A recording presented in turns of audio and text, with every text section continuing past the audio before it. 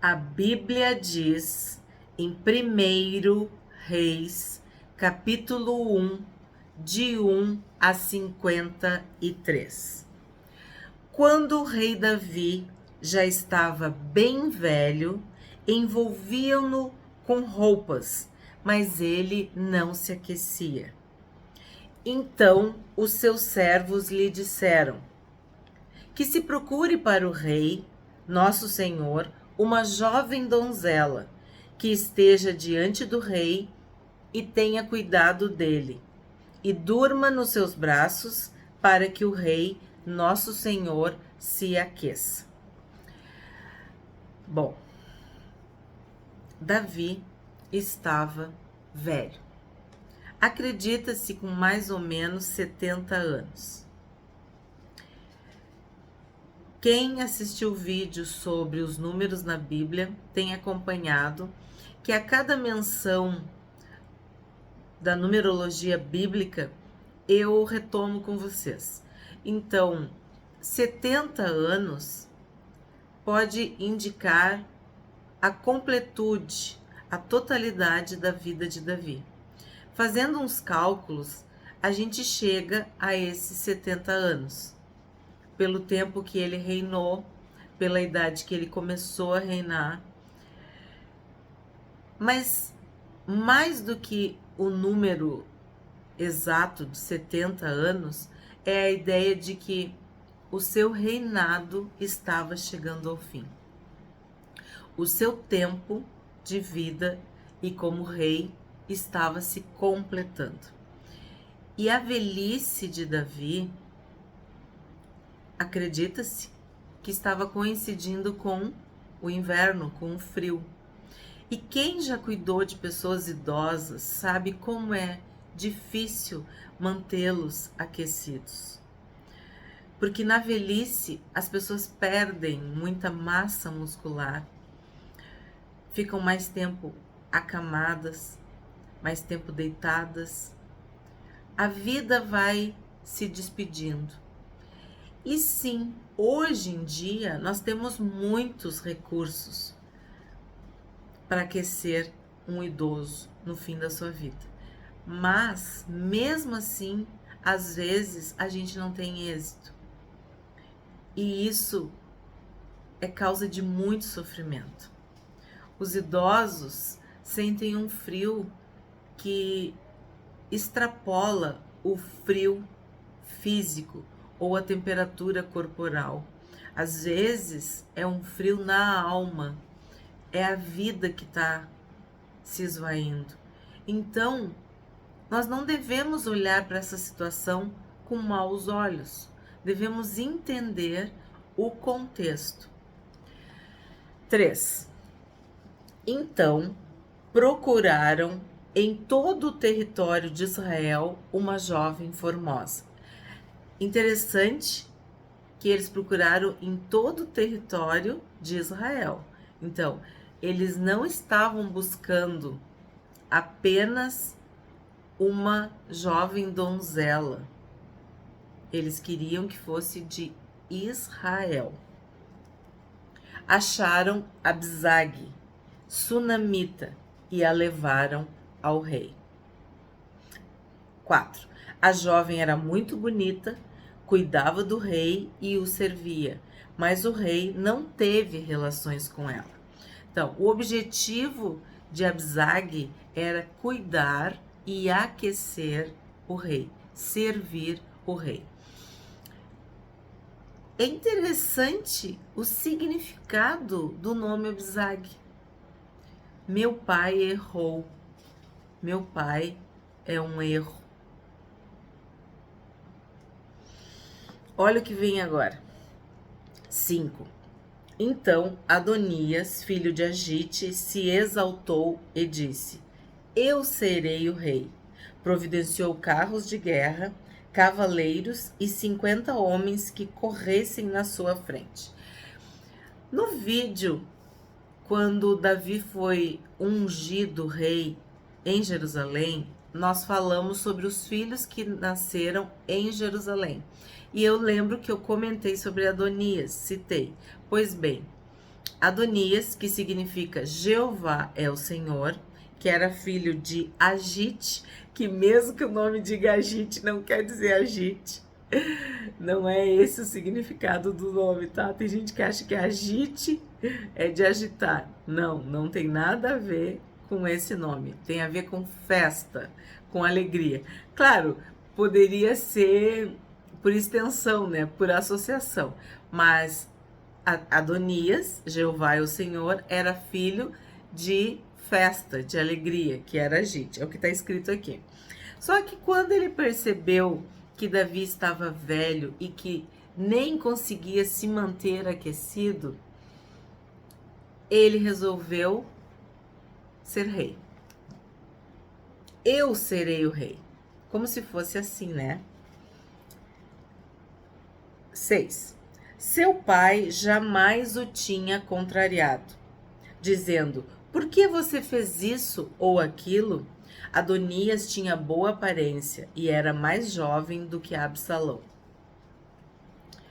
7. Ele tinha feito um acordo com Joabe, filho de Zeruia, e com Abiatar, o sacerdote, que o seguiam e apoiavam.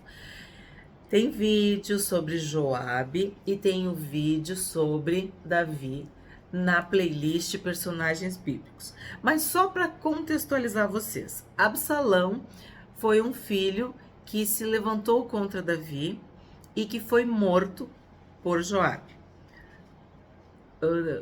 É uma situação bem delicada na vida de Davi.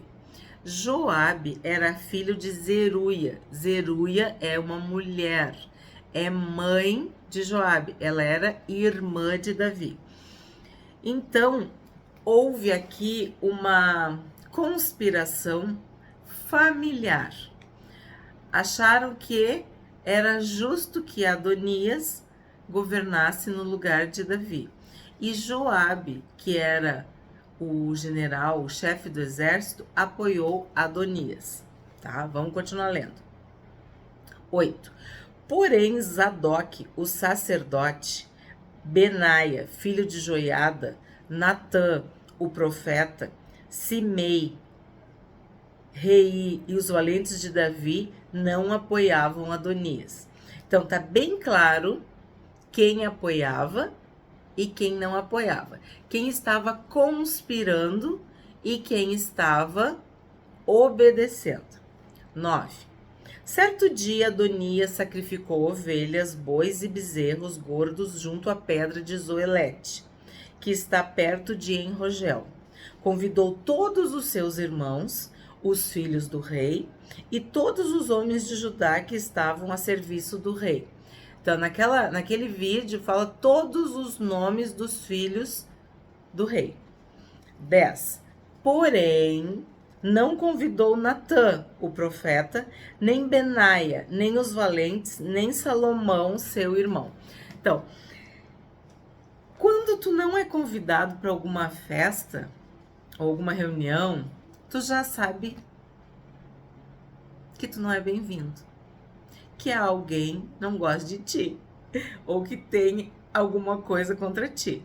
Então, se Adonias estava na bênção, estava fazendo, vamos dizer, a vontade de Deus e a vontade do rei, por que que ele ia deixar de fora Natã, Benaia, os valentes e Salomão, seu irmão? 11.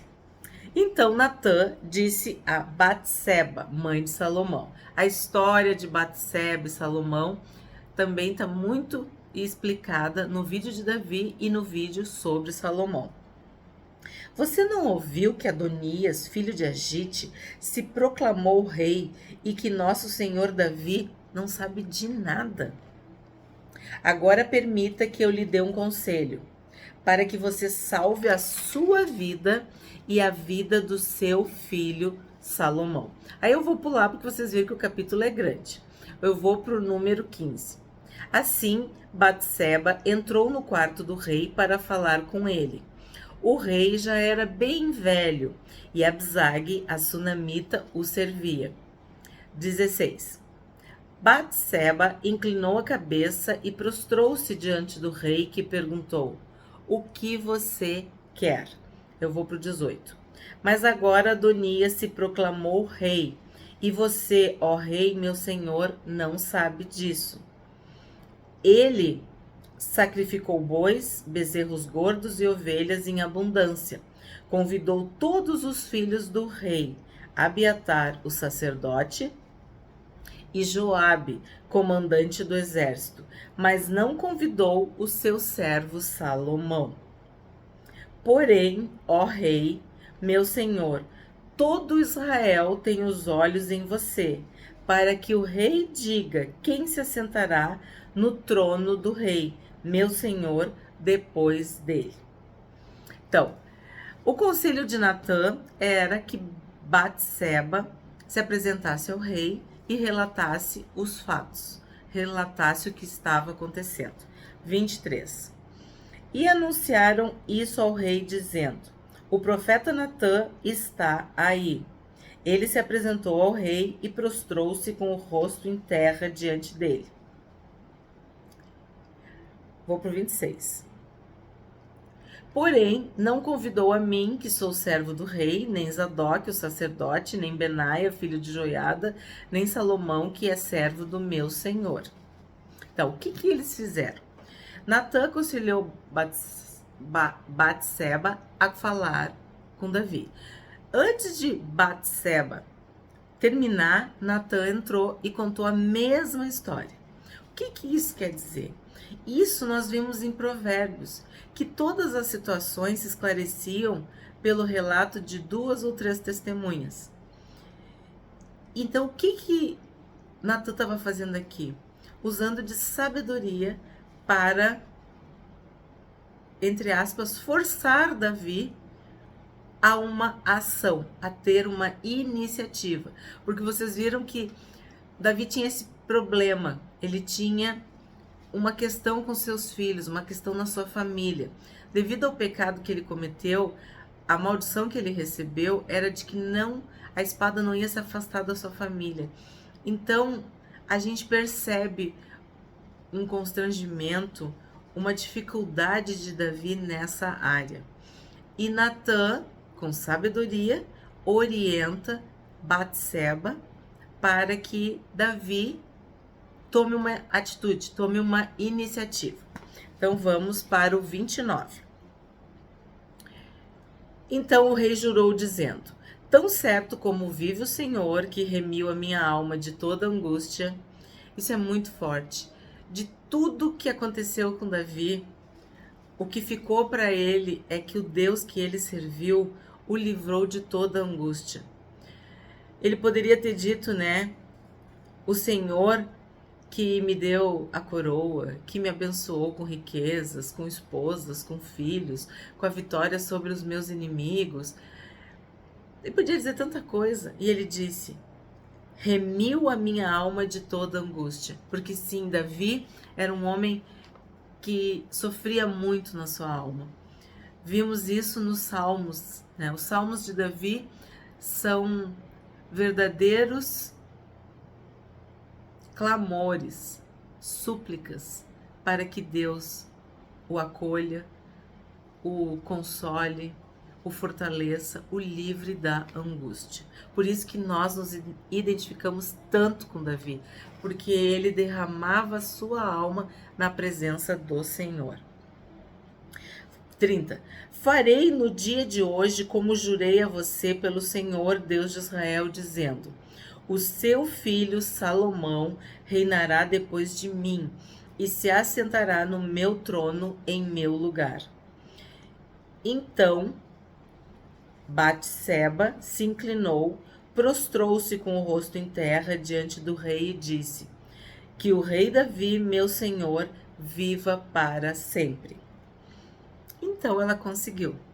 Davi prometeu, garantiu, jurou que o seu descendente, o seu herdeiro, seria Salomão. Quem iria se assentar no trono seria Salomão. Isso fica uma lição para nós. Davi sabia que era Salomão. Natã sabia. Batseba sabia. Muitos sabiam. mas a vida vai atropelando a gente. O cansaço, no caso, a velhice, a doença, e a gente vai perdendo a fé, vamos dizer assim, nas promessas. Parece que aquilo vai ficando tão longe, tão distante, e às vezes nós somos chamados à ação. E foi o que aconteceu aqui. Como Davi já estava desfalecendo, cansado, farto de dias, ele foi chamado à ação. Ele foi meio que colocado na parede para agir, porque em outras circunstâncias ele deixou o barco correr, o barco ir, e o barco afundou. Coisas aconteceram gravíssimas sob as vistas de Davi, sob os olhos de Davi. E isso a gente falou que por muitas vezes Joabe agiu por causa da inação de Davi, principalmente em assuntos relacionados à sua família. Então, sabendo de tudo isso, Natan não deixou que acontecesse novamente. Então, vamos para o 33. Então, o rei disse: levem com vocês os meus servos, façam o meu filho Salomão montar na minha mula e levem-no a Gion. Então, aqui o que a gente vê? A gente vê que ia começar um ritual, ia começar uma cerimônia, uma liturgia. Como que deveria ser feita essa sucessão? Como que se deveria proceder para que todos soubessem a vontade de Davi, a vontade do rei? Ali Zadok, o sacerdote, com Natã, o profeta, o ungirão rei sobre Israel. Então, toquem a trombeta e digam: viva o rei Salomão. 36. Então Benaia, filho de Joiada, respondeu ao rei: amém. Que o Senhor Deus do rei, meu senhor, confirme isso. Eu tô pulando, para a gente poder seguir. 39. Zadok, o sacerdote, levou o chifre do azeite que estava no tabernáculo e ungiu Salomão. Tocaram a trombeta e todo o povo gritou: viva o rei Salomão. E aí ele já estava ungido, já estava eleito, escolhido, separado para ser o rei. 40. Todo o povo vinha subindo atrás de Salomão, tocando flautas e gritando de alegria. O barulho era tanto que parecia que a terra estava se fendendo. Então, é muito importante. Tem traduções que falam, né, que tinha gaitas. Aqui ele fala flautas e gritando de alegrias.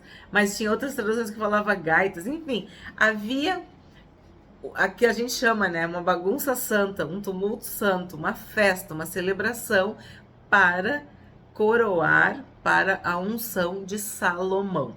E aqui fala que o barulho era tanta alegria, que parecia que a terra estava tremendo, né? E isso chamou a atenção, certo? 43.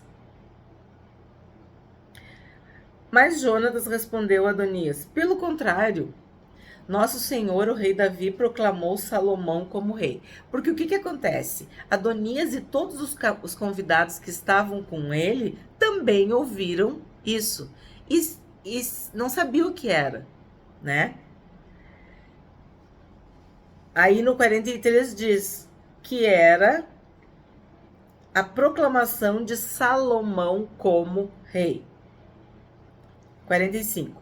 Zadok, o sacerdote, e Natã, o profeta, o ungiram rei em Gion, ou Guion. Eles voltaram de lá cheios de alegria e a cidade se alvoroçou. É esse o barulho que você ouviu. Então, Adonias estava conspirando, estava armando, né? Era uma grande conspiração, achando que não havia Deus no céu, que ele ia conseguir ser rei no lugar de seu pai Davi. Mas os seus planos foram frustrados, totalmente frustrados. E o povo apoiou. O povo estava cheio de alegria e a cidade se alvoroçou. É esse o barulho que você ouviu. Aí vamos para o 49. Então, todos os convidados que estavam com Adonias começaram a tremer, se levantaram e foram embora, cada um pelo seu caminho. O que acontece? Quem está conspirando contra o rei, ou quem está contrariando a vontade do rei, é digno de morte. Isso é uma traição. Isso é deslealdade. Isso é algo que faz a pessoa tremer de medo, que é o que aconteceu aqui, ó. Todos os convidados começaram a tremer e foram embora, cada um pelo seu caminho. Quer dizer, fugiram da presença e da festa de Adonias, porque ficou bem claro que Salomão era o rei, era a escolha de Davi. E claro, a escolha de Deus, né? Nós sabemos. 50. Porém, Adonias, temendo Salomão, levantou-se, foi e pegou nas pontas do altar. O que significava pegar nas pontas do altar? Significava pedir, suplicar, clamar por misericórdia. Foi isso que Adonias fez. Então, alguém foi dizer a Salomão: eis que Adonias tem medo de ti.